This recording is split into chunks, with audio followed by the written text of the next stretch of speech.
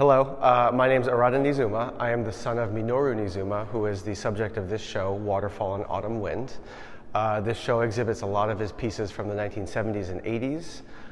We also have a lot of archival material that illustrate his ability and his efforts to bring together cross-cultural dialogue between the United States, Europe, and Japan.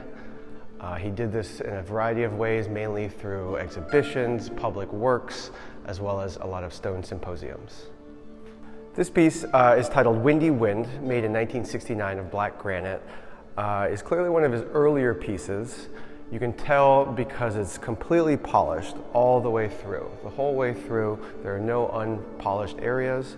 Another way you can tell that it's one of his earlier pieces, if you look at these grooves, they're perfectly symmetrical, parallel, just perfectly even. This piece is reminiscent of a piece in the Whitney Biennial. There are other windy winds similar to this that aren't completely polished, where these grooves aren't perfectly parallel.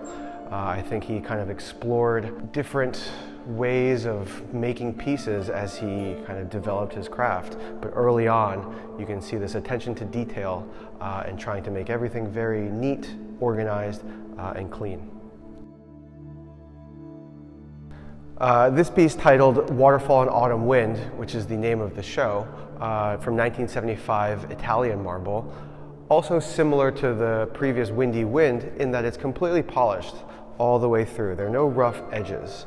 You can tell another thing is that all these grooves are perfectly parallel.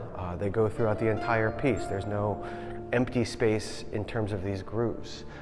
Another thing that's reminiscent of the Windy Wind is this cutout form. I think he's playing with the weight of the stone, the balance, the shadows, trying to show off kind of how much of this stone can I take away where it still stands as you see it. This piece is titled Stormy Wind, made in the 1970s of Italian marble. This piece also has grooves, kind of like the other two, but these grooves are very different in that they're completely unpolished. They're not even perfectly parallel. You start to see these rough grooves in a lot of his other pieces, namely the Castle of the Eye piece that you find all over the world. I really enjoy what Thomas Messer had to say about these grooves. Thomas Messer was the longtime director of the Guggenheim, also a big-time supporter of my father's work. He called these, quote, parallel rough grooves that run like furrows opened by a plough in the good earth. Something else that you can tell of this piece, it starts to combine a lot of roughness with polished edges. This whole side completely polished, smooth, whereas it's juxtaposed by these rough edges, something that he really started to do 70s, 80s, and onward.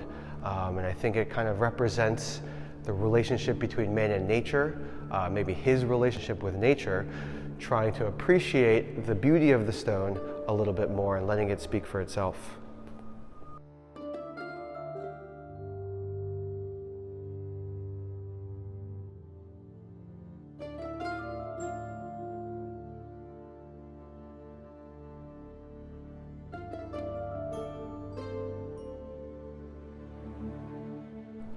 This piece is titled Palace, made in the 1980s of Indian granite. In this piece, you really start to see the juxtaposition of the rough and smooth edges, just like you saw in some of the other pieces, namely Stormy Wind. Here you see faces that are completely polished, very smooth, very shiny, right next to faces that are completely unfinished. With the highly polished sides, you can truly appreciate the roughness and the beauty of the stone in its natural state.